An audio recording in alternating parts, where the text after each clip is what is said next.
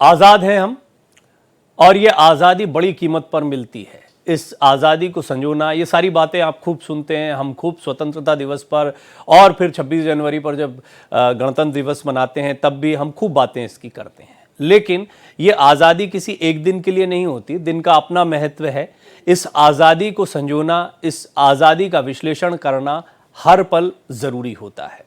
आज एक बहुत ही खास पैनल मेरे साथ जुड़ेगा जिसमें हम बातचीत करेंगे कि हमारा देश पिछले बीते 77 सालों में कहां से कहां पहुंचा है, किस तरीके से हमने अलग अलग क्षेत्रों में खुद को समृद्ध किया है, चाहे वो सामाजिक दृष्टिकोण हो, आर्थिक दृष्टिकोण हो, इससे कितनी उन्नति की है और क्या चुनौतियां हैं। भारत विश्व की 5वीं सबसे बड़ी अर्थव्यवस्था के रूप में आगे बढ़ता चला जा रहा है और तीसरी सबसे बड़ी अर्थव्यवस्था बनने का हमने संकल्प लिया है। बीते सालों का अगर मूल्यांकन किया जाए तो शिक्षा, अर्थव्यवस्था, तकनीक इत्यादि सभी क्षेत्रों में भारत ने बहुत तरक्की की है। आज दुनिया भर में भारत को एक समृद्ध राष्ट्र के रूप में सम्मान मिल रहा है। ग्राउंड लेवल पर अभी भी देश में कई चुनौतियां हैं, कई समस्याएं हैं जो हमारे सामने खड़ी हैं। समस्याओं के समाधान अभी करने बाकी हैं। बेरोजगारी, गरीबी, सामाजिक सुरक्षा, न्याय व्यवस्था, स्वच्छता, ये कुछ चुनौतियां हैं। इस पर काम भी हो रहा है।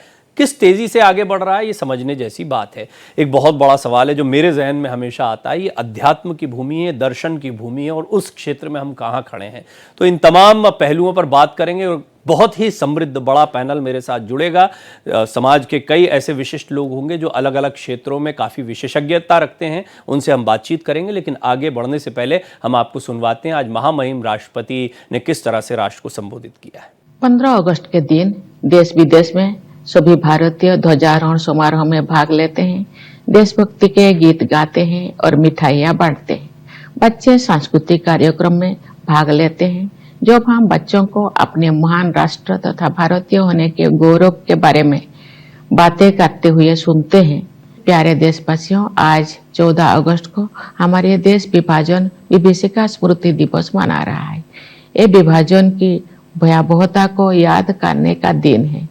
जब हमारे महान राष्ट्रों का विभाजन हुआ तो लाखों लोगों को मजबूरन पलायन करना पड़ा, लाखों लोगों को अपनी जान गंवानी पड़ी।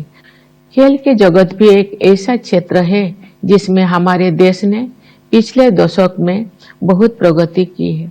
सरकार ने खेल के बुनियादी ढांचे के विकास को समुचित प्राथमिकता दी है और इसके परिणाम सामने आ रहे हैं। हाल ही में संपन्न पेरिस ओलंपिक खेलों में भारतीय दल ने अपना उत्कृष्ट प्रयास किया। तो ये महामहिम राष्ट्रपति का संवाद था देश के साथ में। अब जैसा मैंने कहा अलग अलग क्षेत्र हैं, तो क्योंकि समय जो बड़ा सीमित होता है इस कार्यक्रम में, आपको पता है प्रोफेसर पवन सिन्हा जाने माने धर्माचार्य हैं और दर्शन के बड़े अच्छे जानकार हैं, तो उनसे मैं बातचीत करूंगा। जैसा मैंने कहा कि मेरे मन में हमेशा प्रश्न आता है कि दर्शन अध्यात्म के क्षेत्र में जो कभी उर्वरा भूमि रही थी वो आज कहाँ है। रक्षा हमारी देश की ताकत का लोहा पूरी दुनिया मानती है। ग्रुप कैप्टन यूके देवनाथ मेरे साथ जुड़ेंगे, इस विषय पर बात करेंगे। और शरद कोहली जी जो जाने माने अर्थशास्त्री हैं, उनसे हमने अर्थशास्त्र के कई विषयों पर बात की। एक ओवरऑल एनालिसिस को भी सामने रखने की कोशिश करेंगे कि आर्थिक दृष्टिकोण से 5वीं सबसे बड़ी अर्थव्यवस्था तीसरी सबसे बड़ी अर्थव्यवस्था बनने की तरफ जब बढ़ती है तो क्या चुनौतियां हैं और क्या संभावनाएं हैं। आप सभी का बहुत स्वागत करता हूं। प्रोफेसर पवन सिन्हा आपका स्वागत है, ग्रुप कैप्टन यूके देवनाथ आपका स्वागत है, शरद जी एक बार फिर आपका मैं स्वागत करता हूं। तो प्रोफेसर सिन्हा, शुरुआत में आपसे करना चाहता हूं। मैंने कहा दर्शन की भूमि है, अध्यात्म की भूमि है, पूरी दुनिया में दर्शन यहीं से गया है, सब जानते, खूब बातें होती हैं इसको लेकर, कई इतिहासकार बचते भी रहते हैं, खासतौर पर पाश्चात्य के। लेकिन हम जानते हैं कि हमारा दर्शन कितना पुराना है। बुद्ध एक दर्शन पर बात करते थे, वो जिस दर्शन पर बात करते थे निश्चित तौर पर वो रहा होगा उससे हजारों साल पहले जिसके बारे में उन्होंने बात की, लेकिन पाश्चात्य का दर्शन भारत के विषय में बुद्ध से ही शुरू होता है। आज हम कहां हैं दर्शन के क्षेत्र में? दर्शन यानी विज्ञान ही समझ लीजिए, क्योंकि विज्ञान का मूल दर्शन ही होता है। और अध्यात्म के दृष्टिकोण से मतलब हमें तो आज भी पूरी, और महर्षि अरविंद ने जो कहा था एक महत्वपूर्ण बात यह भी कही थी कि यहीं से जाएगा पूरी दुनिया में, लेकिन जा रहा है क्या? देखिए, मैं बहुत प्लेनली आपको बता रहा हूं, दर्शन के क्षेत्र में केवल एकेडमिशियंस हैं, भक्त लोग गायब हैं। भक्त दर्शन नहीं सुनना पढ़ना चाहते। भक्त लोग को कथाएं पसंद है, कहानियां पसंद है। तो अभी तो हम नहीं कह सकते कि दर्शन के क्षेत्र में कोई बहुत महत्वपूर्ण चमत्कार पसंद है उनको, चमत्कार भी पसंद है उनको। और ज्यादातर कॉलेजेस यूनिवर्सिटीज में वेस्टर्न फिलॉसफी पर बहुत ध्यान दिया गया है और हमारे यहाँ के जो षड दर्शन और उपनिषद हैं उस पर बहुत कम ध्यान दिया जाता है। लोग भी सुनना नहीं चाहते, लेकिन दर्शन ही वो आधार है, दर्शन ही वह विषय है जो हमारे पूरे जीवन को समझने और समझाने का प्रयत्न कर सकता है।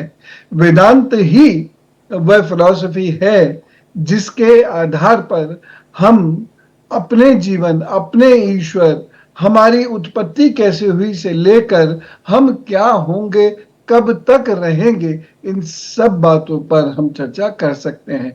तो दर्शन एक बहुत महत्वपूर्ण विषय है, लेकिन यहाँ दर्शन का उतना अभी प्रयोग नहीं हो रहा है। अध्यात्म के क्षेत्र में कुछ विद्वान इसकी चर्चा करते हैं, लेकिन अधिकतर लोग इसकी चर्चा नहीं करते। और मैंने ये भी देखा है कि जो लोग फिलॉसफी की चर्चा करते हैं वो फिलॉसफी या वेदांत की चर्चा कम करते हैं, वो रिलेशनशिप इश्यूज को लेकर ज्यादा चिंतित रहते हैं, उसकी चर्चा ज्यादा करते हैं।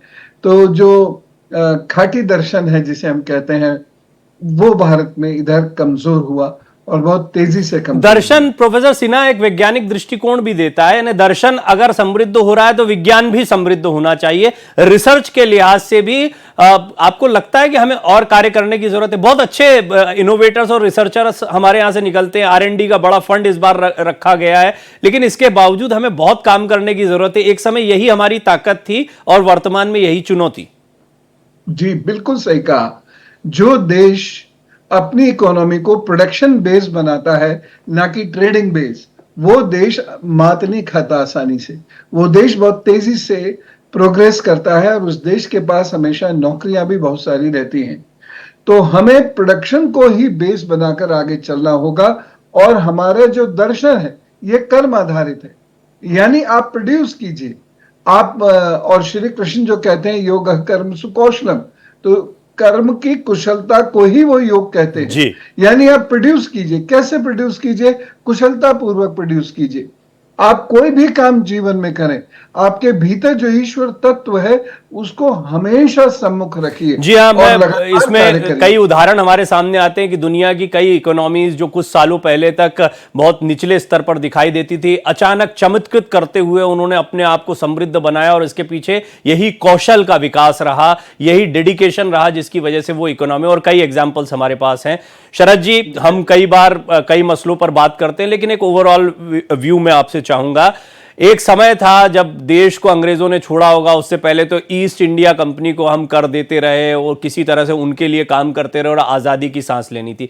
देखिए 77 साल अगर मानव इतिहास को देखें तो बहुत ही छोटा समय, बहुत ही छोटा समय है, लेकिन 77 साल में आज हम वहां खड़े हैं जहां दुनिया की बड़ी बड़ी ताकतें हमारे साथ खड़े होना चाहती हैं, हमारे साथ व्यावसायिक रिश्तों को मजबूत करना चाहते हैं। और कुछ लोग ये भी कहते हैं कि कुछ भी हो जाए, ये हालात ऐसे हैं, दुनिया की अर्थव्यवस्था को कुछ भी हो, भारत की इकोनॉमी बढ़ती ही चली जाएगी। ऐसा क्यों कहा जाता है? भारत के हालात क्या है? देखिए प्रवीण, बहुत लंबा सफर हमने तय किया है। हालांकि आप कह रहे हैं बहुत छोटा समय है, पर 77 साल में एक पूरी आयु पूरी हो जाती है। हमारे यहाँ तो लाइफ एक्सपेक्टेंसी इस समय 70 साल है, तो उसको देखते हुए तो लगता है कि एक जीवन पूरा व्यतीत हो चुका है, उससे फालतू ही हो चुका है। अगर एक मनुष्य का जीवन जो 1947 में जन्मे थे और आज 77 साल के, पता नहीं वो होंगे भी कि नहीं होंगे, हालांकि बहुत सारे बुजुर्ग भी हैं, पर एवरेज लाइफ एक्सपेक्टेंसी से देखें तो लाइफ पूरा कर चुके हैं।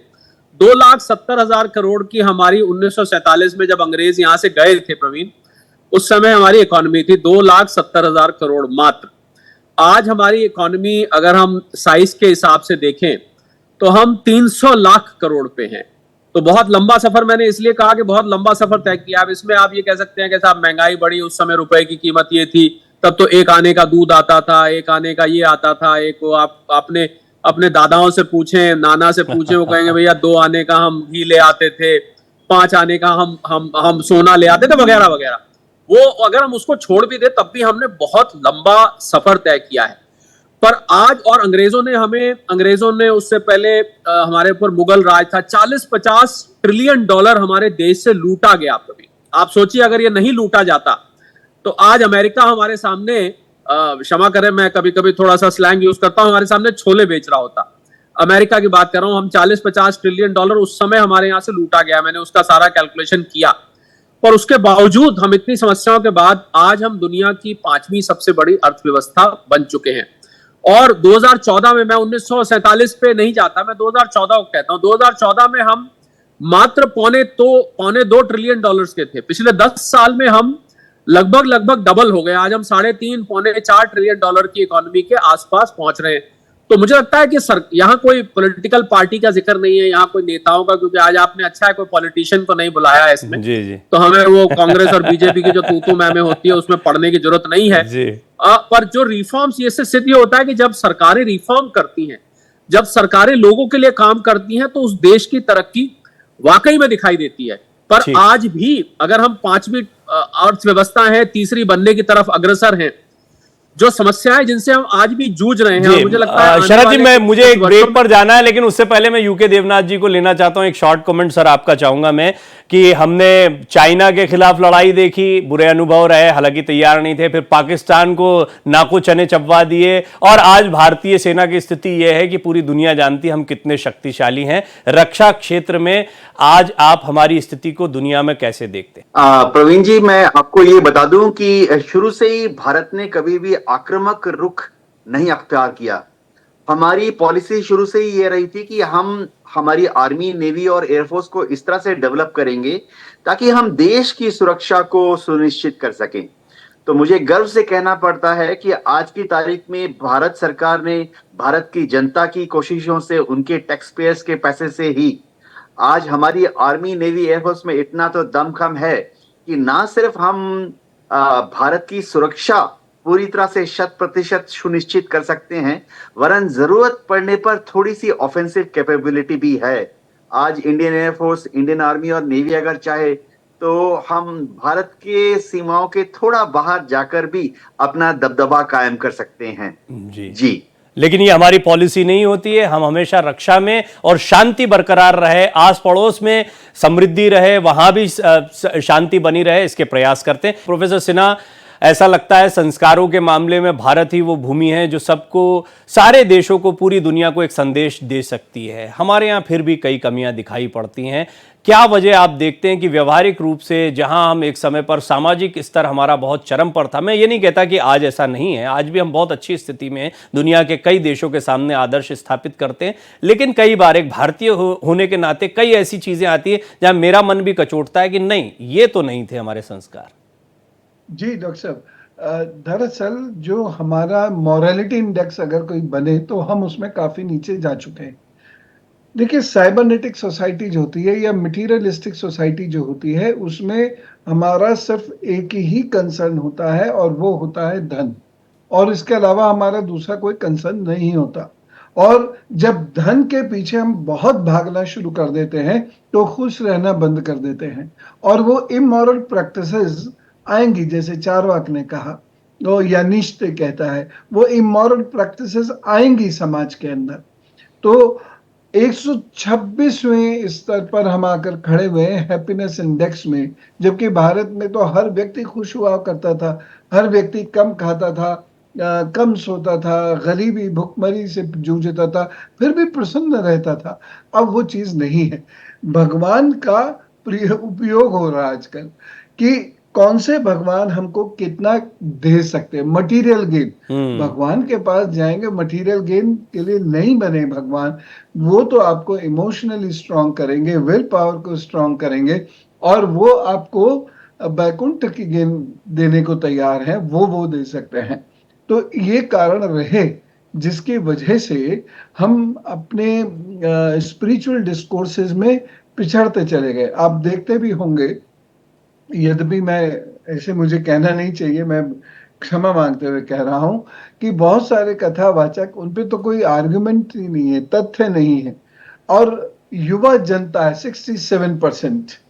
तो इस युवा जनता के यदि धर्म से संबंधित प्रश्नों का समाधान नहीं दिया गया तो ये युवा जनता धर्म से दूर हो जाएगी, और समाधान भी बहुत प्रैक्टिकल होना चाहिए। केवल रेटोरिक्स उसमें हो, केवल हालांकि एक साहित्य अच्छी उसमें बात, हो। सकारात्मक बात यह भी कि मैं देखता हूं आपके जैसे विचारकों को भी आजकल जो है वो युवा सुनना पसंद करता है, क्योंकि वो ज्यादा लॉजिकल हो गया है। तो मुझे ऐसा लगता है कि अभी वर्तमान का जो समय है वो इस समृद्धि के लिए, अगर सही शिक्षक सामने आते हैं तो छात्र ऐसा लगता है बाहें खोलकर इंतजार कर रहे हैं। अदरवाइज उनको जो मिलता है, आपने बिल्कुल सही कहा, भौतिक रूप से कोई पास होने के लिए भगवान के पास जा रहा है, कोई पैसा लेने के लिए जा रहा है, कोई नौकरी लेने के लिए जा रहा है, बहुत सामान्य काम है। भगवान को इसमें बीच में पढ़ने की कोई जरूरत नहीं है। शरद जी, मैंने एक ब्रेक से पहले जो बात कही थी उसी को जोड़ता हूं, और अर्थव्यवस्था भी जरूरी होती है। देश के लिहाज से बात करें, सभी कम से कम अपनी मूलभूत आवश्यकताओं को संपन्नता पूर्वक, समृद्धि पूर्वक पूरा करें। ये हमारा पुराना कल्चर भी रहा है। समृद्धि हमारे यहां बहुत यूज होता है, लक्ष्मी जी की इसलिए बड़ी पूजा भी की जाती है। वो एक सांकेतिक रूप से यही दिखाता है कि समृद्धि होनी चाहिए संतुष्टि के साथ साथ में।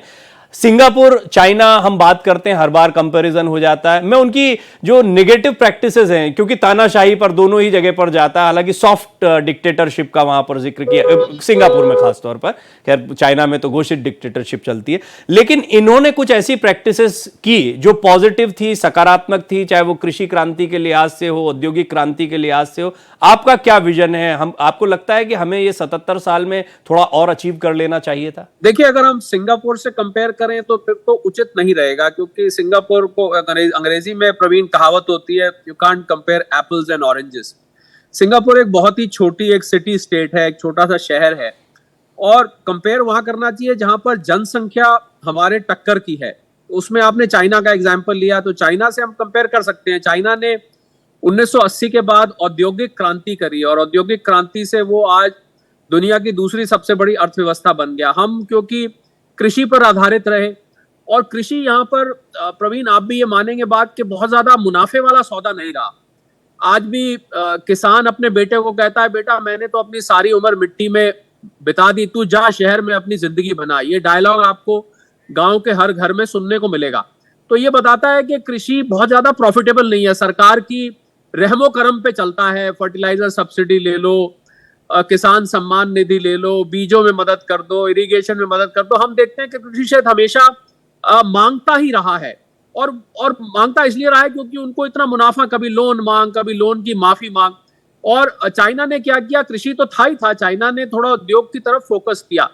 मैं मानता हूं प्रवीण कि हम अब उस स्टेज पर हैं जहां पर हम अब ट्रांजिशन कर रहे हैं। धीरे धीरे कृषि से लोग जो है कम हो रहे हैं, हालांकि हमारी उत्पादन क्षमता आज भी बरकरार है, पर अब जो यंगर जनरेशन है किसानों की, वो निकल के शहरों की तरफ, मैन्युफैक्चरिंग की तरफ, स्टार्टअप्स की तरफ, टेक्नोलॉजी की तरफ आ रही है। तो मुझे लगता है जिस ट्रांजिशन से चाइना गया, अब चाइना का वक्त गुजर रहा है जी, भारत का वक्त आ रहा है। मुझे लगता है कि आने वाले 10 साल प्रवीण भारत के हैं, और आपको बहुत कुछ देखने को, ऐसा देखने को मिलेगा जो कि आपने शायद पिछले 77 साल में नहीं देखा जी होगा। हाँ, मेक इन इंडिया, स्टार्टअप क्रांति, ये बहुत शुरुआती दौर में है। तो इनके जब नतीजे आएंगे या बहुत सकारात्मक रूप से ये चीजें आगे बढ़ेंगी, तो बिल्कुल ठीक वैसी ही एक क्रांति यहाँ पर औद्योगिक क्रांति भी देखने को मिलेगी। हरित क्रांति के मामले में, दुग्ध क्रांति के मामले में हम लोगों ने काफी कुछ अचीव भी किया है। इस बात को भी हमें ध्यान में रखना चाहिए। और जब बात होती है हमारी सुरक्षा की, तो सेना में जो अभी भर्ती है उसकी गुंजाइश बहुत है। अग्निवीर एक स्कीम लेकर आए हैं, उसको लेकर भी कई बातें होती रही हैं। इसको अच्छा भी माना जाता है, इसकी कमियों को दूर करने की बात भी कही जाती है। यूके देवनाथ जी मेरे साथ मौजूद हैं, रक्षा विशेषज्ञ के तौर पर ग्रुप कैप्टन यूके देवनाथ इस बारे में आपको जानकारी देंगे। प्रोफेसर पवन सिन्हा, शरद कोहली जी, और साथ ही साथ में मेरे साथ डॉक्टर राजाराम त्रिपाठी भी जुड़ गए हैं, और उनकी खेती किसानी की कहानी हमने आपको सुनाई है। जैसा अभी जिक्र आया था शरद जी, आपने कहा था खेती किसानी में बड़ा संघर्ष है, लेकिन ये हेलीकॉप्टर वाले किसान हैं, और इनकी समृद्धि की कहानी जो है वो एक नहीं, दो नहीं, 1000 से ज़्यादा किसानों तक जाती है, उनकी मदद भी करते हैं। तो उनसे समझेंगे खेती किसानी को, क्योंकि चुनौतियों को भी डॉक्टर त्रिपाठी बड़े अच्छे से रखते हैं, खेती किसानी की चुनौती को भी। मैं आऊँगा, लेकिन देवनाथ जी, जो प्रश्न मैंने आपसे किया, गुंजाइश सेना में भर्ती की बहुत है, और इसके लिए आप क्या संभावनाएं देखते हैं आने वाले समय में? हाँ प्रवीण जी, एक तो मैं आपको बता दूं कि अग्निवीर स्कीम जो इंट्रोड्यूस हुई है बहुत ही अच्छी स्कीम है।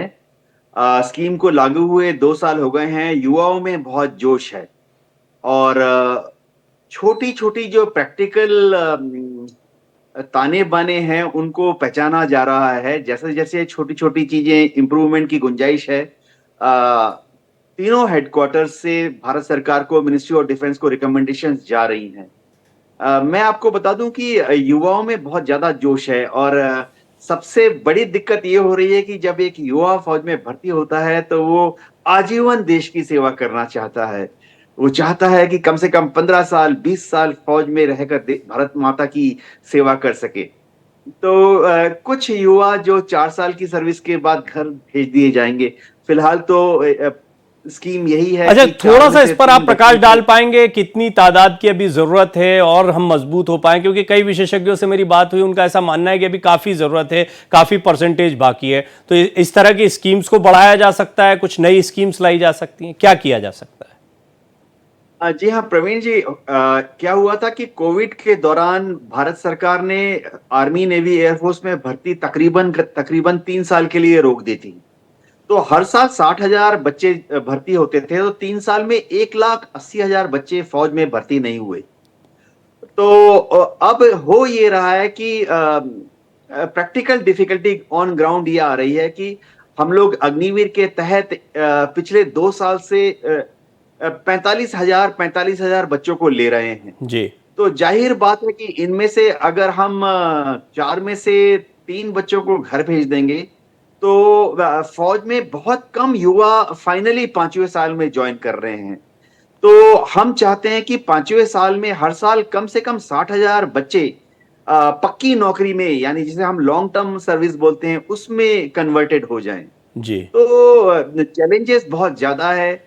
अगर हमें 4 में से 3 बच्चों को घर में भेजना है तो जाहिर बात है कि हमें 4 गुना ज्यादा बच्चों को ट्रेनिंग देनी पड़ेगी। ठीक। तो अगर हम चाहते हैं कि 60,000 बच्चे हर साल फौज में पक्की नौकरी यानी 5वें साल में ज्वाइन करें, तो 2,40,000 अग्निवीर को हर साल सिलेक्ट करना पड़ेगा, ट्रेन करना पड़ेगा और भर्ती करना पड़ेगा। तो हमारी जो ट्रेनिंग एस्टेब्लिशमेंट्स हैं, ट्रेनिंग स्कूल्स हैं, उसमें इतना स्कोप नहीं है, क्लासरूम उतनी ही हैं, ठीक है। हालांकि गुरुजी, इसका भी जैसे मास्टर हम जी हालांकि उतने ही कई हैं। बार एग्जाम्पल विदेशों से लेते हैं, कई जगह पर मैंडेटरी होता था, युवाओं को देना ही है, मिलिट्री में जाकर सर्विसेज देनी ही देनी है एक पर्टिकुलर। ऐसा ऐसा कई देशों ने किया जिनकी अपनी आर्मी नहीं थी, बाद में खुद को सशक्त किया। खैर, निश्चित तौर पर भारत सरकार इसके विषय में विचार कर रही होगी।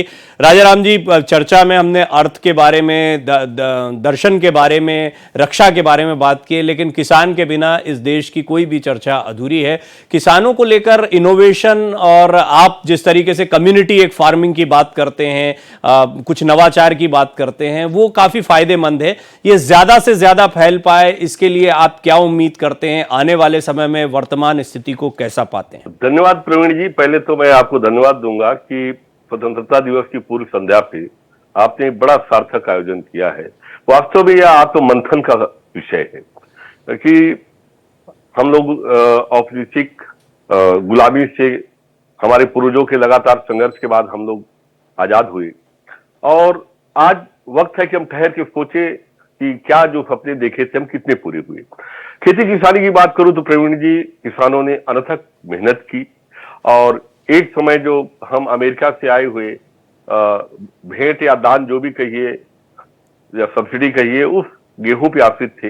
लेकिन किसानों ने बढ़ती हुई जनसंख्या के साथ तालमेल बिछाते हुए 1.5 अरब की जनसंख्या होने के बावजूद कभी ये स्थिति नहीं आने दी कि कभी भूखे मरे हमारे देश का कोई भी नागरिक, और पूरी तरह से आत्मनिर्भर बनाया। बल्कि हम बहुत सारी चीजें निर्यात भी कर रहे हैं, बहुत कुछ है हमें उपलब्धियां गिनाने को।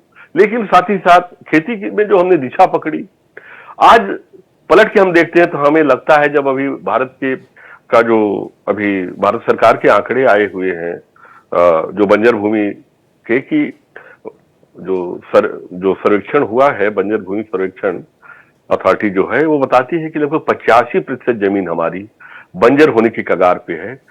जो हमने समुचित खाद नहीं डाला, उचित मात्रा में नहीं डाला, या गलत खाद डाला, या जैविक या सस्टेनेबल टिकाऊ तरीकों को नहीं अपनाया। तो ये एक बड़ा संकट दिख रहा है। क्लाइमेट चेंज हमारे सामने आया हुआ है, और ओवरऑल जब हम देखते हैं कि भाई अमरावती जैसा एक जिला है, जब हमारे देश में अभी बजट आया तो उसी दिन खबर आई कि एक जिले में 155 दिनों में 145 किसान आत्महत्या कर ली जी, है। जी। उसके पड़ोसी देश यवतमाल में 135 किसान पिछले 152 दिनों में आत्महत्या कर ली। ये खबरें दिल दहलाने वाली है। कहां हमसे चूक हुई, हमारे नीति निर्माता कहां चूक गए कि खून पसीने की मेहनत करने के बावजूद 27 रुपया परिवार का एक व्यक्ति प्रतिदिन कमा पा रहा है। प्रवीण जी, ये सरकार के आंकड़े हैं जो दिल दहलाने वाले हैं। तो अब वक्त है कि हम बैठें और ऐसी नीति बनाएं। ये मुझे लगता है कहीं न इसीलिए कहीं किसानों की आय दुगनी करना, प्राकृतिक खेती, ऑर्गेनिक खेती को बढ़ावा देना, ये इन सब पर विचार हुआ। हालांकि क्योंकि आपसे बहुत लंबा डिस्कशन मेरा इस पर हुआ है तो मैं जानता हूं आपके कई सारे विचार हैं, जैसे कि कृषि बजट को लेकर है, जैसे कि कृषि को लेकर जो फंड्स जनरेट किए जाते हैं वो अन्य के मुकाबले इतने कम होते हैं, 10% तक की बात कही जाती रही। ऐसी बहुत सारी बातें हैं जो डॉक्टर राजाराम त्रिपाठी न सिर्फ इन मंचों पर बल्कि सीधे सरकार के समक्ष भी वो इन बातों को रखते रहे हैं। मैं इस पर बात करूंगा, शरद जी भी निश्चित तौर पर इस पर टिप्पणी कर पाएंगे क्योंकि अर्थशास्त्र, हमारे देश का अर्थशास्त्र कृषि से बहुत जुड़ा हुआ है। लेकिन उससे पहले मैं प्रोफेसर पवन सिन्हा के पास जाना चाहूंगा। प्रोफेसर सिन्हा, मैं ओवरऑल ये सारी बातचीत अभी जो डॉक्टर त्रिपाठी ने भी कहा, हम इकोनॉमिक्स की भी बात करते हैं क्योंकि मैं जानता हूं कि आप एक अलग तरह की शिक्षा में जो कि व्यक्ति का विकास करे इसमें बिलीव करते हैं और इसके प्रयास भी करते हैं। मुझे इस बात की जानकारी भी है। शिक्षा के क्षेत्र में हम ये तो देख रहे हैं कि संस्थान बहुत हो गए, डिग्री बड़ी आसान हो गई, अब ग्रेजुएट और पोस्ट ग्रेजुएट मिलना कोई मुश्किल बात नहीं है, अभी और तादाद बढ़ती चली जा रही है। स्किल्स की चिंता अब हमको होने लगी है। अब हम बात कर रहे हैं कि भैया वोकेशनल पर जाओ, स्किल ट्रेनिंग पर ज्यादा फोकस करो, डिग्री ले ली है, स्किल कोई है नहीं। और साथ ही साथ में जिस तरह का एक वो मानव के निर्माण की आप बात कहते हैं, उस दिशा में बढ़ते हुए आप हमारी शिक्षा की स्थिति को कहां पर देखते हैं और क्या प्रयास करने की जरूरत है? देखिए, शिक्षा के मामले में हमारी उन्नति तो हुई है, इसमें कोई दो राय नहीं। राष्ट्रीय शिक्षा नीति आई है और इससे हमें बहुत फायदा हुआ है, बच्चों को आगे जाके बहुत लाभ भी होने वाला है। तो शिक्षा में तो हमने कार्य किया है, लेकिन शिक्षा में जो बजट लगता है उसका एक बहुत बड़ा हिस्सा तनख्वाहों पर, यानी टीचर्स और नॉन टीचिंग की तनख्वाहों पर, और उसके साथ साथ अगर वो बीमार पड़ जाते हैं तो उनका कल्याण कैसे उस पर चला जाता है। क्वालिटेटिव डेवलपमेंट हम बच्चों का क्लासरूम में नहीं कर पा रहे, यद्यपि सरकार लगातार इस ओर से चिंतित भी है और कुछ बहुत अच्छे सकारात्मक संकेत सरकार ने दिए हैं। माननीय शिक्षा मंत्री जी ने भी बड़े अच्छे संकेत इधर दिए हैं। मैं कार्यक्रम में था, वहां उन्होंने इस बात को बार बार कहा भी। तो कुल मिला के देखा जाए तो शिक्षा के क्षेत्र में हमारी उन्नति तो बहुत हुई है, लेकिन वो जो बात आती है ना रिसर्च एंड डेवलपमेंट वाली, वो नहीं है अभी। तो हम कोशिश करते हैं कि 50 लाख ग्रेजुएट हर साल निकलते हैं, उसमें से एक हम भी हो जाएं और थोड़ा बहुत कुछ कर ले, स्किल्स डेवलप करके और खाने कमाने लग जाएं। तो अभी भी हम शिक्षा को खाने कमाने के सिद्धांत से निकालकर नहीं ला पाए। जी, शरद जी, अल्टीमेटली हम देखते हैं कि प्रोडक्शन क्या कर रहे हैं हम, वो महत्व का होता है क्योंकि प्रोडक्शन ही असली पूंजी है, क्या पैदा कर रहे हैं किस तरह के। लेकिन हम देखते हैं कि बड़ी बड़ी इकोनॉमीज हैं जो मार्केट्स पर चलती है, मार्केट चढ़ता उतरता, उसको मैनिपुलेट करना। हिंडनबर्ग के दौरान भी हम बात कर रहे थे। लेकिन मैं जानना चाहूंगा कि भारतीय कृषि जो सबसे बड़ा योगदान हमारी इकोनॉमी में देती है, उसकी स्थिति और उसके इन्वॉल्वमेंट को और बेहतर किया जाए ताकि हमारी इंपोर्ट की क्षमता बढ़े, हम अपने आप को ज्यादा समृद्ध बना पाए। इसमें कृषि का कितना इंपॉर्टेंस देखते हैं और कृषि आधारित शिक्षा को लेकर क्या कदम उठाए जाने चाहिए? देखिए प्रवीण, 60 से 70% आबादी अभी भी हमारी प्रत्यक्ष या अप्रत्यक्ष रूप से कृषि पर निर्भर है, ये हमें स्वीकार करना पड़ेगा। और जो अभी पवन जी ने बात कही, मैं उसको थोड़ा आगे ले जाना चाहूंगा। आपने शिक्षा की बात इससे जोड़ी, तो शिक्षा की बात से मैं, जो शिक्षा में आज तक बहुत रिफॉर्म्स हुए हैं, हमारा लिटरेसी रेट बढ़ा है, पर खाली लिटरेसी रेट ही बढ़ा है। मुझे इस बात के लिए क्षमा करेंगे प्रवीण और जो भी एजुकेशन क्षेत्र से जुड़े हुए हैं कि हमारे यहाँ जो यूनिवर्सिटीज खुली हुई हैं और जो कॉलेजेस खुले हुए हैं, खाली वो डिग्री छापने की फैक्ट्री के रूप में काम कर रही। अगर आप विकसित देश में जाएं तो वहां पर आप जब अपना ग्रेजुएशन करके निकलते हैं, यहाँ पर 18 साल पढ़ने के बाद, प्रवीण बताइए ये सच है कि नहीं, 18 साल पढ़ाई करने के बाद पूछा जाता है भैया आगे क्या करोगे बेटा, आगे क्या करोगे बेटी, आगे क्या करोगे। 18 साल उसने पढ़ाई कर ली, आप उससे पूछ रहे हैं कि आगे क्या करोगे, जबकि ग्रेजुएट होने के बाद आपको नौकरी के लिए तैयार होना चाहिए। या बीए, एमए, बीकॉम, बीएससी, उसकी कोई वैल्यू नहीं है। आप भी जानते हैं, मैं भी जानता हूं, नौकरी मिल जाएगी कुछ छोटी मोटी आपको, पर आपको जो स्किल चाहिए वो नहीं है। तो मुझे लगता है कि एजुकेशन को हमें बनाना पड़ेगा नौकरी ओरिएंटेड, जैसे अमेरिका में होती है, जब आप ग्रेजुएट बनते हैं आप नौकरी के लिए, इंडस्ट्री के लिए तैयार होते हैं। तो यहाँ पर लिटरेसी रेट बढ़ा, पढ़ाई लिखाई बढ़ी, यूनिवर्सिटीज बढ़ी, कॉलेजेस बढ़ी, पर उसके बावजूद आपने नोट किया होगा कि हमारी जो बेरोजगारी की समस्या है, जो इस देश की सबसे ज्वलंत समस्याओं में से एक है, अगर आप मेरे से समस्याएं पूछे तो सबसे ऊपर मैं इसको रखूंगा, वो समस्या का निस्तारण हम नहीं कर पाए हैं। उसकी वजह है कि हमारा जो एजुकेशन सिस्टम है वो बहुत एकेडमिक है, वो प्रैक्टिकल और इंडस्ट्री ओरिएंटेड नहीं है। और इसी से जुड़ा कौशल विकास आपने शुरू में बात करी थी, मैं दर्जनों कंपनियों को जानता हूं इस समय जिनके पास नौकरियां हैं पर उनको नौकरी करने वाले नहीं मिल रहे हैं, और एक तरफ हम बेरोजगारी की बात करते हैं, तो वो स्किल सेट नहीं है। तो मुझे लगता है कि अगर हम आजाद हैं, आजाद आपने नाम बोला शो का, आजाद है, मुझे लगता है असली आजादी हमें जब मिलेगी जब ये जो समस्याएं से हम जूझ रहे हैं, इन समस्याओं को हम ओवरकम कर लेंगे। और मैं साथ में एक जरूरी बात प्रवीण मैं जोड़ना चाहूंगा कि मैं आलोचनात्मक मूड में नहीं हूं, मैं क्रिटिसाइज करने के मूड में नहीं हूं। हमें रिलेटिव टर्म्स में देखना पड़ेगा, उस टाइम हम कहां खड़े थे, आज हमने बड़ी लंबी दूरी तय कर ली है। इतने बड़े देश में, इतनी आबादी के देश में कोई जादू की छड़ी हम नहीं घुमा सकते कि यहां से बेरोजगारी चली जाए, गरीबी चली जाए, कृषि समस्या सॉल्व हो जाए, एजुकेशन भी ठीक हो जाए, कौशल विकास भी ठीक हो जाए। कोई ऐसी जादू की छड़ी नहीं है। बिल्कुल ठीक है, agree, completely agree with your point sir.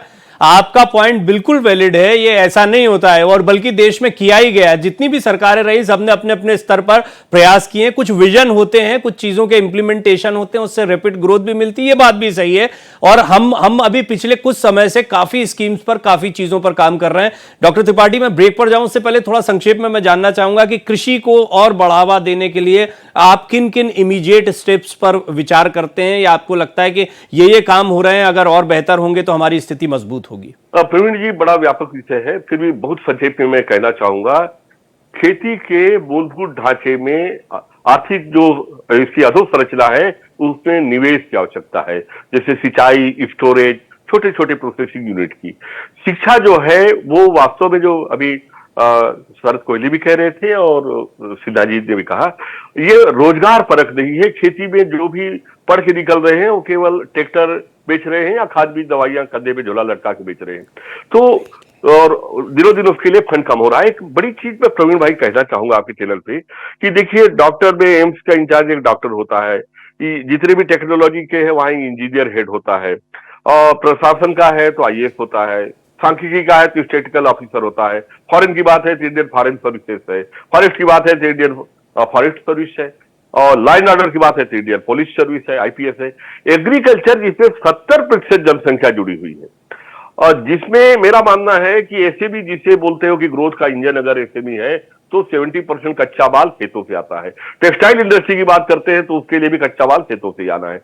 जो सब हाथी के पांव में सबका पांव वाला जो एग्रो सेक्टर है, शरद कोहली बिल्कुल ठीक कर रहे हैं, 70% से ज्यादा लोग agriculture and agriculture allied activity से जुड़े हैं, और रोजगार भी यही सेक्टर दे सकता है। तो इसकी नीतियां बनाने के लिए आईएएस नीतियां इसकी बनाते हैं, एग्रीकल्चर अभी मंत्रालय देख लीजिए, नए सचिव आए। मैं आपके पॉइंट को समझ गया डॉक्टर त्रिपाठी, लेकिन एक आईएएस है, ये आईएएस है। जी, मैं ये कहना चाहूंगा प्रवीण, एक बात में मुझे कंप्लीट कर लेने देना। मैं मानता हूं कि आईएएस की योग्यता पे मैं सवाल नहीं उठा रहा हूं, लेकिन मैं कहता हूं हवाई जहाज उड़ाने वाले से आप ट्रक चलाने की उम्मीद क्यों करते हैं?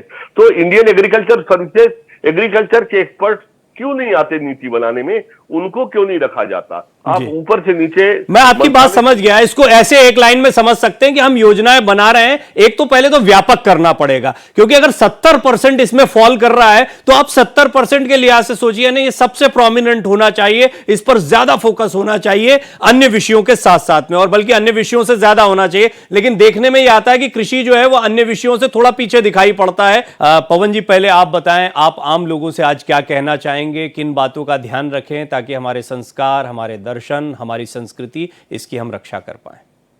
सबसे पहली चीज तो मैं ये इसमें कहना चाहूंगा कि अपने माइंड को डीकोलोनलाइज करने की जरूरत।